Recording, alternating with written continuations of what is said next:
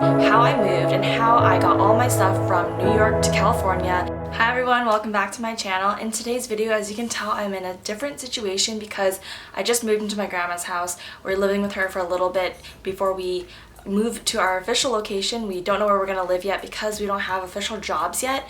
We're both just working from home right now, so this is a temporary situation, and that's why there are boxes in the background and the situation is just not ideal. But I really wanted to film this video about how I moved and how I got all my stuff from New York to California, because moving cross country is not easy, and I know when I moved here from California to New York, basically what we did was we shipped all of our stuff in a bunch of FedEx boxes, and it didn't quite work out the way I had expected. So I just wanted to give you guys some information if you are looking to move cross country or really just move in general, and how to move all of your stuff if you're not able to just drive it yourself. So let's get right into the video. So there are three options that I looked into in order to move. One was the UHaul ubox, which is what we ended up going with, and there's also the pod or the pod storage, which a lot of people I'm sure have seen these giant pod structures that get parked on the sides of the street or in front of houses. And the third option was, of course, the FedEx boxes, which is what I actually did when I moved to New York from California. So the first option is the UHaul ubox, and this came out to be $1,884 total, and this is moving basically a studio apartment full of stuff. It takes about 3 weeks to go from coast to coast, so from New York to California. And the thing that is great about this is that you are able to drop it off in the street. So obviously keeping in mind that we moved from Manhattan, New York, where you're basically living on a very busy street, you have no driveways and no parking spaces. There is parking on the street, but it's taken pretty much every day, and so it's really hard to figure out what you are able to get. So it was really ideal for us to find something that you can park or drop off on the side of the street that can pick up in a city location, not somewhere where you have to actually drive or go somewhere else, because then what's the point? You're also charged for the drop off, the pickup, and the actual transportation from coast to coast. The dimensions are listed here and are pretty similar to the other things we've also seen. Next is the pod city service. So there's two options for a pod. One is if you have a normal house where you can park in an actual parking space or a driveway, but the city service is the one that we would have gone with because we live in the city and we don't have a driveway or a parking spot. So the way this one works is that they're able to bring the pod into your area and leave it there for 4 hours while you pack, and then they take it the same day. So unlike the UHaul ubox where they're able to leave it overnight, the pod has to be done within a 4-hour window. So that might be a little more difficult if you have a lot of stuff, or if you don't have everything, or you're not able to put everything in within 4 hours. It's basically brought in through the back of a truck, and they sort of just double park it in the street because there's not really any parking. So it's a little bit iffy, especially for us, because we have a one-way street.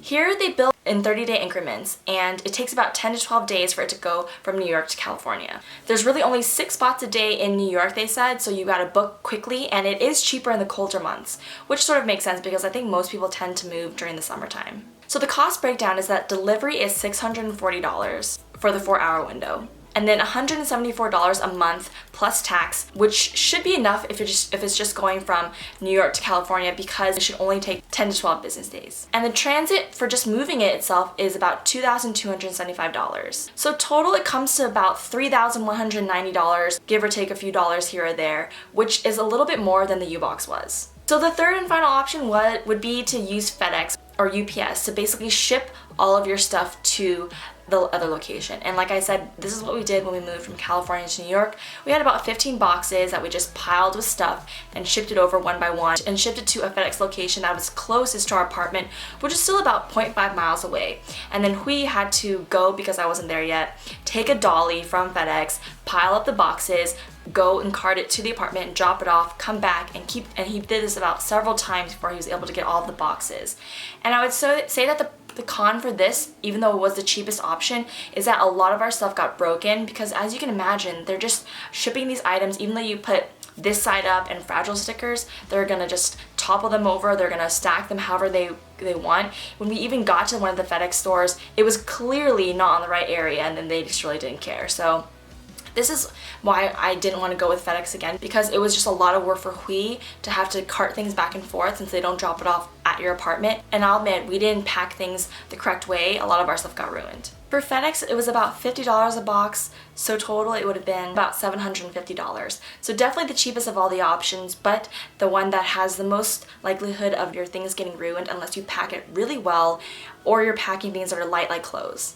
So in the end, we ended up going with the UHaul ubox, and you can watch my moving vlog and see how it all turned out, but it actually worked out pretty well. They were able to find space on the street, surprisingly, even though it seemed like most of the places were taken up, and we were able to move all of our stuff easily, even though it doesn't take up that much space, but it was able to fit about 15 to 16 boxes in an entire full-size mattress, and it also had extra space to fill.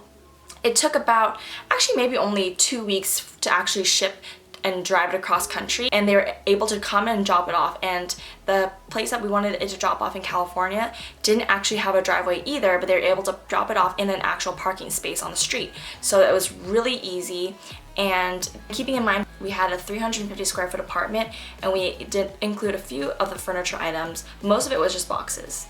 So I really would say that if you're thinking about moving and you don't want to spend too much money, you don't want to go with FedEx, I would say the UHaul ubox is a great option because they're able to drop it off in front of your apartment and drop it off in front of your apartment to wherever you're moving. Everything was fine, nothing got broken.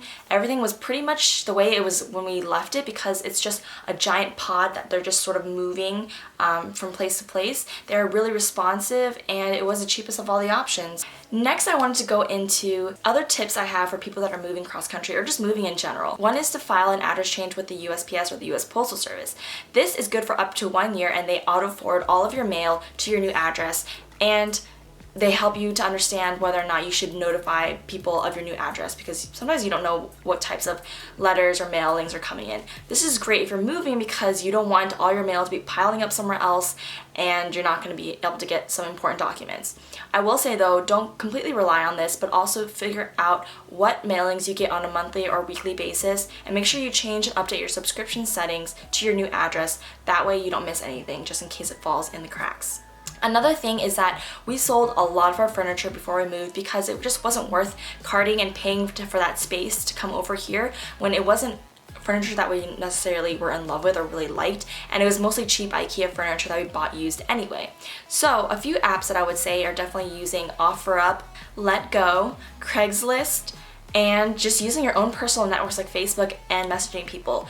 What we did first is we did it in tiers. We took pictures of all the stuff we wanted to sell and sent it out in an email to our friends. That way, if they were interested in buying it, we could ask, is it okay if we keep the items until maybe a few days before we move? That way we have the items, for example, our bed, and we don't have to sleep on the floor.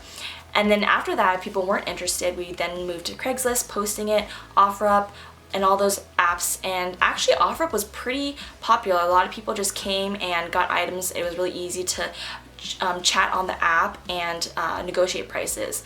You have to sort of be willing to go down on your price because usually if something's not selling, it's for a reason. So it's a great way to reuse your items and not just throw it away. And at the end, if something doesn't sell, donate it to Goodwill or some sort of secondhand store, so that way people can take advantage of your items and they don't go in the trash.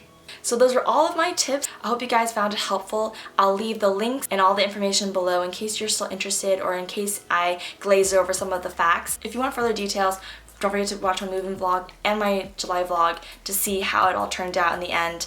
But yeah, thank you guys so much for watching this video. Please give it a thumbs up and subscribe for more content, and I'll see you in my next video. Bye!